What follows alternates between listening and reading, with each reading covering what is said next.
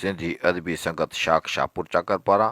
शाइरनि ख़ान मोहम्मद खाती ऐं गुल किरियो जी यादि में तज़ियती मेड़ाको कोठायो वियो, जंहिंमें इल्मी अदबी शख़्सियतनि शिरकत करे शाइर ख़ान मोहम्मद खाती ऐं गुल किरियो जे कलमी पोरे ते ॻाल्हाए सिंध जे ॿिन्ही भलोड़ शाइरनि खे ख़राज तहसीन पेश कयो। ख़ान मोहम्मद खाती शाइर सां गॾु हिकिड़ो सुहिणो नसर निगार बि आहे, जंहिं बहितरीनु नमूने सां जेको असां नसर खे बि लिखियो आहे ऐं हुनखे हिकिड़े मालहान जे रूप में आंदो आहे। संदसि शाइरी में असांजे हिन समाज जे कुझु रीसुनि रस्मनि खां बग़ावत आहे। न सिर्फ़ु सुठो शाइर हुयो, सुठो अदीब हुयो, पर दोस्त परवर बि हुयो। दोस्तनि सां हुनजी जेका तोड़ ताईं निभाइण वारी जेका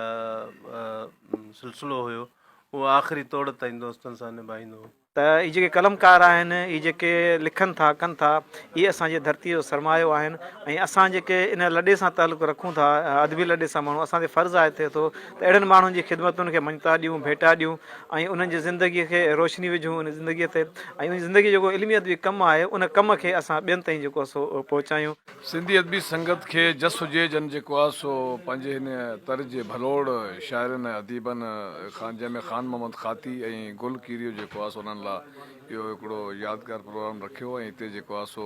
शाइरनि अदीबनि ऐं उन्हनि जे दोस्तनि जेको आहे सो उन्हनि लाइ पंहिंजा वीचार वंडिया। ॿिनि दोस्तनि असांजे जेके तव्हांजा मेंबर आहे, खाती बुनियादी मेंबर ऐं गुल किरियो असांजे शाख जो ख़ज़ानची थी रहियो, उन्हनि जे विछोड़े ते तज़ियती मेड़ाको जेको सो कोठायो आहे, उन में सभई दोस्त सिंध जे कुंड कुर्श मां कई हिते पहुता आहिनि ऐं ॿिन्ही जूं शख़्सियतूं ख़ान मोहम्मद खातीअ जे हवाले सां चवां त उन जूं इलाही सारियूं जेके आहिनि अदब लाइ कंट्रीब्यूशन रही आहे। उन 7 किताब जेके अदब जी झोलीअ में विधा, उन्हनि में ग़ज़ल, वायूं, नातिया शाइरी ऐं भिटाईअ ते जेका हुनजो रिसर्च आहे, जेको दुआया भिटाईअ जा बैत आहिनि उन्हनि ते जेको हुनजो कलाम आहे उहो साहेड़ियो पियो आहे,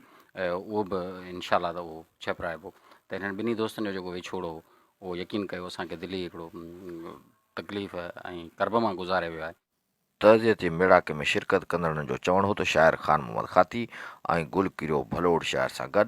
बहितरीनु किरदार जा मालिक हुआ ऐं किरदार कॾहिं मरंदा न आहिनि। कैमरामैन समार अब्बास, वकार हैदर सां गॾु हाकम नायाब, सिंध टीवी न्यूज़, शाहपुर चाकर।